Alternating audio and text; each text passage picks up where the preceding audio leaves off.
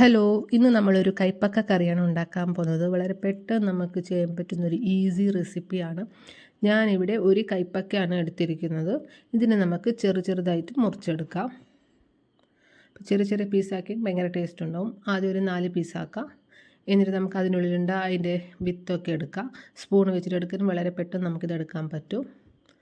അപ്പോൾ ചെറിയ ചെറിയ പീസാക്കിയിട്ട് മുറിച്ചെടുക്കാം. ഇത് ചോറിൻ്റെ കൂടെയെല്ലാം കഴിക്കാൻ ഭയങ്കര ടേസ്റ്റാണ്. കുറച്ച് കയ്പ്പുണ്ടാവും, പക്ഷേ ടേസ്റ്റാണ്. അപ്പോൾ നമുക്കിതിനെ ചെറിയ പീസാക്കിയിട്ട് എടുക്കാം.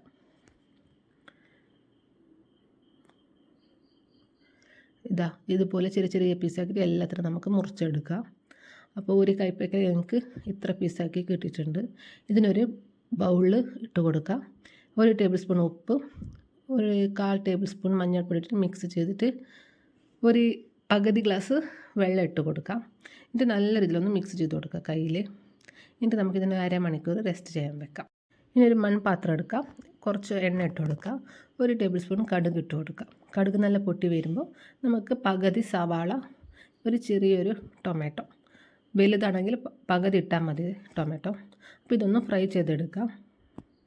അപ്പോൾ നമുക്ക് നേരത്തെ തയ്യാറാക്കി വെച്ച കയ്പ്പക്ക ഉണ്ടല്ലോ, അതിനെ വാഷ് ചെയ്തിട്ട് ഇതിലേക്ക് മിക്സ് ചെയ്യാം. അതൊന്ന് നല്ല രീതിയിലൊന്ന് മിക്സ് ചെയ്ത് കൊടുക്കാം. ഇനി നമുക്കൊരു 5 മിനിറ്റ് ഇതിനെ വേവാൻ വെക്കാം. ഇതിപ്പോൾ നമ്മൾ മീനെല്ലാം മുളകിൽ വെക്കൂലേ, അതേപോലെ കയ്പ്പക്ക നമ്മൾ മുളകിൽ വെക്കുന്നതാണ്. അപ്പോൾ നമുക്കിതിന് ആവശ്യമായിട്ട് മസാല നോക്കാം.